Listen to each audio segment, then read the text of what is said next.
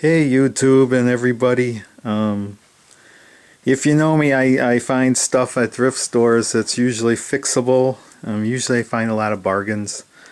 I find this, or not Sony, Fujifilm. I can't remember, what was it? 1500. Whoops. And it had a problem that I guess is very common with these kind of cameras, where they have the battery compartment door. And as you can see, I've attempted a fix here from another YouTube video I saw, where they put like screws, and you see in this one, this had already busted off, and these other things had busted off. Well, I attempted to put like the screws in there so that the head part would engage in those different little recesses with a little tab, and there was one here too. And what I ended up doing, I didn't get them to match perfectly, and I couldn't really get it all the way in, you know. And this kind of brings about a rant about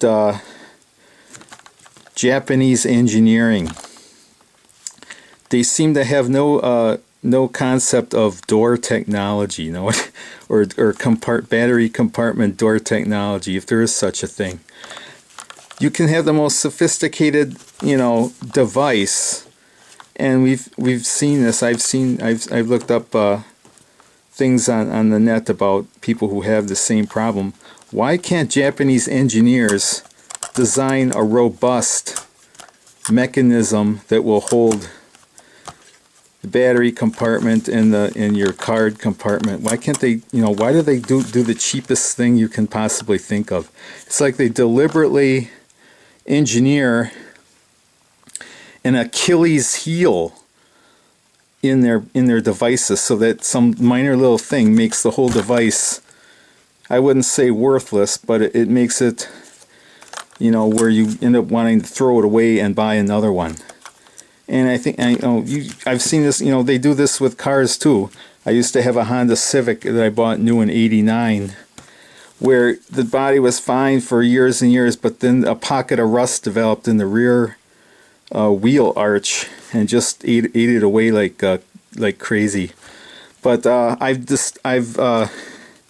for this camera, I've decided I drilled a couple other holes, although even this hole is a little off.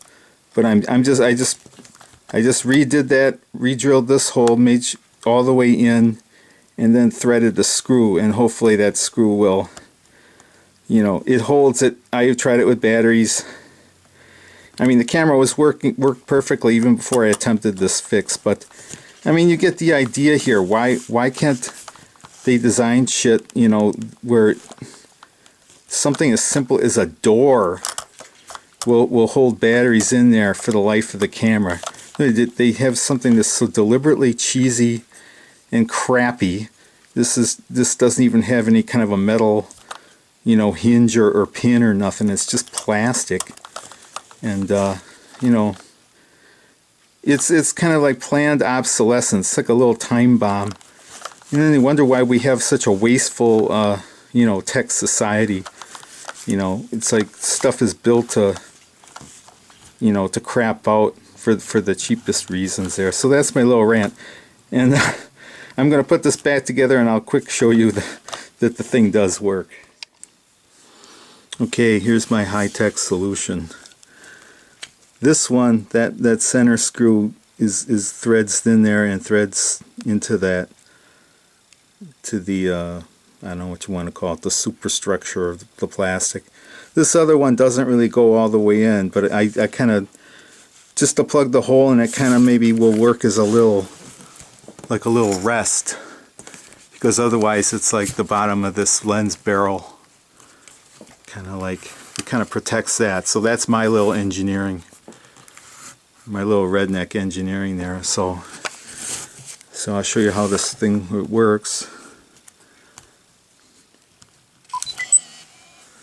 There we go.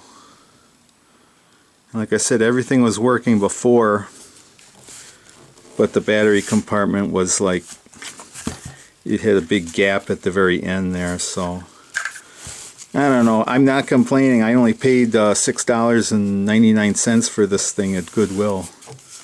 So that's my little rant there against Japanese camera engineering.